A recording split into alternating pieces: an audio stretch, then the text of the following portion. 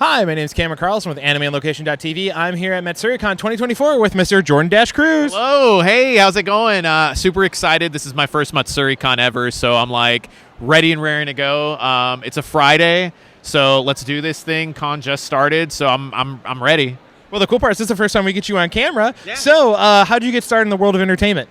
So for me, I was actually doing some theater back in high school. I was doing, oh goodness, it was probably all 4 years. My memory is like not the best right now, but I want to say it was probably all 4 years. I was doing theater. I had a buddy of mine who was actually into anime, so after I had graduated, he showed me anime, and I was like, hey, this is pretty cool. Maybe voice acting something that I could try to do. So started taking classes, started practicing, started auditioning for like indie projects, and eventually moved to Texas and said, hey, I want to try to do this for real. I want to try to actually do anime. So like I said, I moved to Texas, worked a job that I was not too fond of, Stanley Steamer. Oh, yeah. It's great, but like cleaning carpets, it got a little tiring after a while. But no, I was doing that. I took some classes, and then eventually the time came to audition for Funimation at the time. Yeah. And, I auditioned, I booked a role, and it just kind of snowballed from there. Yeah. No, I mean, classic story. I love hearing the whole, Yeah. I worked this part-time job, now I became a voice actor. I tried, but, it was I nothing against it. It was just not for me. Oh, yeah. No, it says in your bio you love playing JRPGs such as Final Fantasy, which is our producer, one of his favorite series. And one of my favorite series is the Tales of series. Yes. So what got you into RPGs? So for me, I just loved the over-the-top like aspect of it. I obviously like grew up having like I didn't have a Super Nintendo. I had a Sega Genesis. All right. But I never really had gotten a chance to play those games just because whenever we would play video games, my parents were very like, hey, these are the games that you can play. Like, you guys are kids, so you can't really play like Mortal Kombat or something like that. No blood code? Yeah, unfortunately not. So I finally, whenever I had like my own systems, I started. I remember I started with Final Fantasy 12, which is pretty late in the series. But I fell in love, and I was like, man, this is really cool. Like, I got to play more games like this. So I got Final Fantasy 10, and I loved it. I actually enjoy Final Fantasy 13. I know a lot of people don't. And for those, like, I'm sorry, but, like, I like it. But I started doing that, and then I remember going to GameStop one day, and they had Tales of Grace's F on, like, it wasn't on sale, but they had it on display, like, at the wall. And I said, man, this looks really interesting. Let me go home and let me YouTube videos of this and see if it's really cool. So I did. And it looked cool. I bought it. And from that point on, I was like, I think I'm a Tales fan. This is really awesome. So I've been buying some of the Tales games like ever since. So for me personally, I tried 13, and I tried. I really did try. I gave it about a good 4 hours. Sure. Gave it about a good 4 hours and tried. Now for me, the Tales games that I played are Symphonia. Okay. Old school. The only one on the GameCube. Yeah. The only one on the GameCube. The only one on Xbox was Vesperia, which is hilarious because David's here today. And then Tales of Arise are my three. The new one. Okay. Yeah. Oh, dude. Perfect with the casting. Okay. Great casting. You'll love it. You'll be like, hey, I know that one. I know that I one. played that one. Yeah. So you're like, I know that friend. I know that friend. I know that friend. You're like, hey, this is fun. That sounds great. Yeah. My favorite was Tales of Xillia. See, that's the thing. They were all on the those were all the PlayStation one, and I didn't have PlayStation. It's all good. I loved it so much I platinumed the game. Nice. So now going into your voice acting, you worked on the hit anime sport show Blue Lock, which got the whole world's attention with the World Cup the one year that Japan sent the anime team. Yes. So what was it like working on the show? And then did you actually go out and play the sport so you can understand your position? I did not play the sport. I did play soccer back when I was like 8. It was like indoor soccer. I think I scored 1 goal during like a training like match or something. But it was like the world to me. So I was like, yeah, I scored. But no, I did not play soccer. It was fun working on Blue Lock. We weren't. It's like we knew it was going to be like a bit of a big hit, but I don't think we knew it was going to be as popular as it was because, like you said, it just so happened that the World Cup was happening, and Japan beat Germany, and Japan went crazy, and we were going crazy because we were like, Blue Lock is real. But no, I loved working on Blue Lock. I remember when the show was coming, I was talking to the director, Jonathan Rigg, and I was like, hey, man, like, Blue Lock, I think it's going to be pretty big. Like, you should check it out and see if maybe, like, maybe they decide to give it to you. So they did, and I was like, all right, sweet. So I got a chance to be the assistant director for the show. I got a chance to work with some of the actors, like some of the actors here, even like Rico, Cayman, Bryson. I got a chance to work with all of them just from a directing standpoint. And it's almost as if the Blue Lock boys kind of just became a bit of a family. You know what I mean? We were sitting there, we were laughing with each other, hanging out with each other. We'd be going to cons together, really trying to promote the show because it's a quality show. It's a lot of people describe it as like Squid Game meets soccer. Nobody dies, spoiler, but it's intense. It's a very intense show, and we just gave it our all. Funny story too. So I was actually in Japan when, like, 2 or 3 weeks before Japan beat Germany in the World Cup. So I remember we were at an onsen. We were in a sauna, me and my brother-in-law, and it was like us and a bunch of other like Japanese men in this sauna watching TV, watching the World Cup. I don't think Japan was playing at the time, but it's just crazy how that works out, where it's like a couple weeks later, this huge thing happens. So it was wild. It's fun when the world's small like that. Yeah. So you also happen to be working on a really fun show called Trapped in a Dating Sim. How'd that go for you, and how's the fan response been to it? That show was incredible. I always describe it as one of my favorite shows that I've worked on. Leon was my first lead. It was my first lead role, and we weren't sure how funny the show was going to be. So when we realized, this is going to be like, we can kind of ham this up, we decided to ham it up and make it as ridiculous as we could. Couple of the lines in there are a little bit improv'd. The fan response has been incredible. I remember seeing like TikToks, and I remember seeing people saying, like even the comments on Crunchyroll, man, I love this show. The voice acting's great. Everyone is really funny in this show. It's fantastic. A lot of people have said that they've watched the show multiple times through, which I think that's kind of what we were going for. We were like, hey, if this can be like The Office, where you sit and you watch and you put it on in the background and it's just playing, then that's good enough for me, because that like to get to that tier where you can just put something on, it's like The Office or like Seinfeld or something like that. It really means a lot to me. I've had people come up to me in the line and say it's one of their favorite isekais ever. So I'm honored. I'm honored. Well, I'll have to buy it, because I actually buy all my shows. I don't stream. Okay. I buy. Please. I collect. Yeah. Please buy it. It's great. So again, you happen to work on another little well-known show called Hell's Paradise. How's that run? That was wild. I did not. So I'll tell you a quick story about it. So I remember a few weeks, because obviously, we sometimes see like some of the shows that are going to be coming during the season. We're not sure if we're going to be like dubbing it or not, but it's like, oh, hey, this show seems cool. So I remember looking at some of the characters, and I said, oh, Senta looks like a really cool character. I feel as if maybe I'd be able to play him, but I'm not sure if there's going to be any auditions for this. So I remember telling my wife, hey, I feel like I could play this character, but I don't know, like, we'll see. And a few weeks later, I get an email saying, hey, Jordan, Mike wants to cast you as Senta in Hell's Paradise. And I look at my wife, I'm like, there's no way. Like, are you kidding me right now? Like, I'm like Senta. And I'm looking through, I'm like, that's him, that's the character, that's who I wanted. So it was really, really cool to be a part of that show. The love it got, the animation is gorgeous.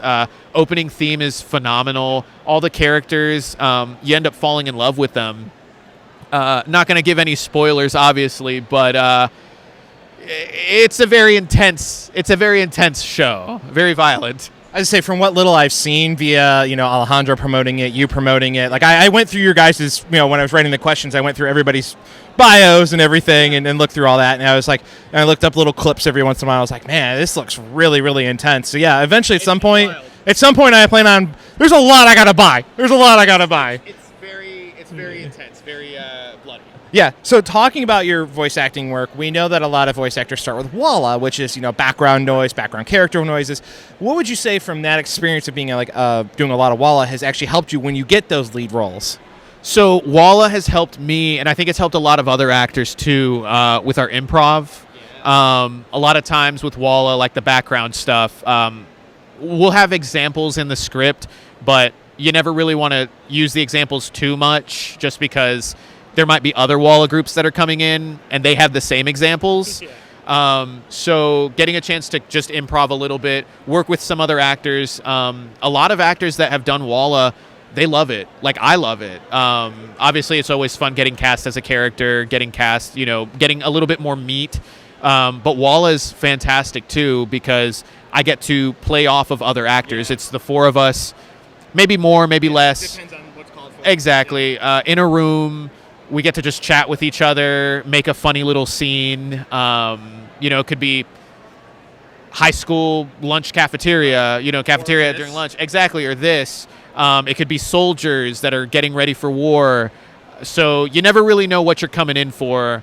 And that's, I think, the beauty of it is you never know what you're coming in for. You never really know who's going to be in your group. And you're just like, hey, let's try and see if we can make some magic, maybe make each other laugh. I definitely try to make people laugh during walla sessions. I miss those days when they would have the outtake recordings. I know, the bombs. Yep. Yeah, I can't do those anymore. Shucks. So you also got to be in a very unique show that I got to watch recently that I bought because of Danny Chambers suggesting it to me, was Shadow's House. Yes. You get to play Sean and John. I have only seen season 1. Okay. What would I expect if I was going to go start watching season 2? A lot darker. Ooh. Yeah, so it's season 2 is a lot darker than season 1 was. Season 1 gets pretty up there. Then it gets even more up there. It's a little wild because I think season 1, and this is not a spoiler, but like season 1 ends with like a anime only ending because they weren't sure if there was going to be a season 2. It is very much like yes. Yeah. So, but they did state like the way we ended it. There is ambiguity. We can pivot back to the manga for season 2, but it's a lot darker. Newer characters are introduced. Some older characters, you find out a little bit more about them. Yeah. And Sean is still Mr. Cool Guy. John is still hot-headed and brash and silly. Yeah, I'll punch everything. So that's probably what I would say is you could expect it to be a little bit darker. Yeah. No, I mean, like I said, I love the show just because Danny Chambers is actually the one who suggested it to me, and I bought it, and I was like, that's great. Yeah, I loved it. So now you have taken classes from some of your fellow voice actors here, Mr. Tony Oliver exclusively. What's it like when you get some of that training from some very veteran voice actors, or even with Tony being a producer? Yeah, it's amazing. Like that would be the word to describe it. I remember for some of these people, like watching them when I was younger. So getting a chance to even just take a class and then eventually becoming friends with some of these individuals as well. It's great. I loved, I always tell people, especially if they're trying to get into acting, taking classes is key. It's crucial. Acting, that's what people want to see. Like the voice that can come, but the performance is what's important. So make sure that you find yourself like a good teacher, a good coach. So getting a chance to just work with some of these people, like I still remember when I took Tony's class, I must have taken it like 5-6 years ago. It was incredible because I'm sitting there going, dude, I get a chance to learn from Tony Oliver. And then I end up getting cast in Beyblade a few years later, and Tony was the director. Yeah. And I'm just like, hey, Tony, like, it's great to work with you. Like, this is crazy. And since then, he and I, like, I'll text him every once in a while just to check in, see how he's doing. And it's really, really cool. A lot of these veterans have a lot to offer, and sometimes you don't really get to see that because you only see them behind the microphone or when they're doing their job. But then when you actually get to talk to them and you get to like find out a little bit more about them, or you get to take a class with them and you see, oh, okay, now I see why you're in the position that you're in, because you're freaking incredible and you know what you're doing. So it was absolutely a joy getting a chance to take some classes with Tony and with some other people. Yeah, I mean, the funny part is a friend sent me a reel on Instagram of happy Mighty Morphin Power Rangers Day, and I was like, oh, that's funny because Tony's here. I can go give him a hug about being the producer to the original Power Rangers, which I grew up watching. Yeah. So, anyways, try to wrap things up here. What is not behind the pesky NDA wall that you would love to share with fans right now that you've got going on? Golly, so I mean, I'm married now, so that's really cool. I don't know. It's hard because I don't want to say like anything because there's a couple things that are under NDA that I can't talk about, unfortunately. I've been doing my best to direct a little bit more. That's been a lot of fun.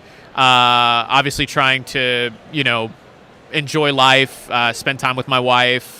Get a chance to travel a little bit, like doing some of these events, like these cons. They're great. I love meeting fans. It's always so cool having them come up and be like, hey man, like I really like you in this show. And I'm like, dude, I'm just a regular person, but it means so much that like you really like this because, seeing the smile on your face is incredible. Like, the fact that my performance even just helped you a little bit in life, like, put a smile or brought you joy, like that really means a lot to me.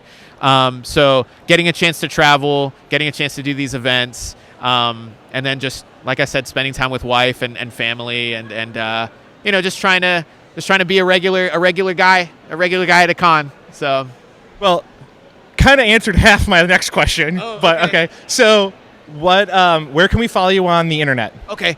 So for me, my socials, my handles are at @Cruz VA. So DASH CRUZ VA. I've got Twitter, Instagram. I don't really use Facebook too much.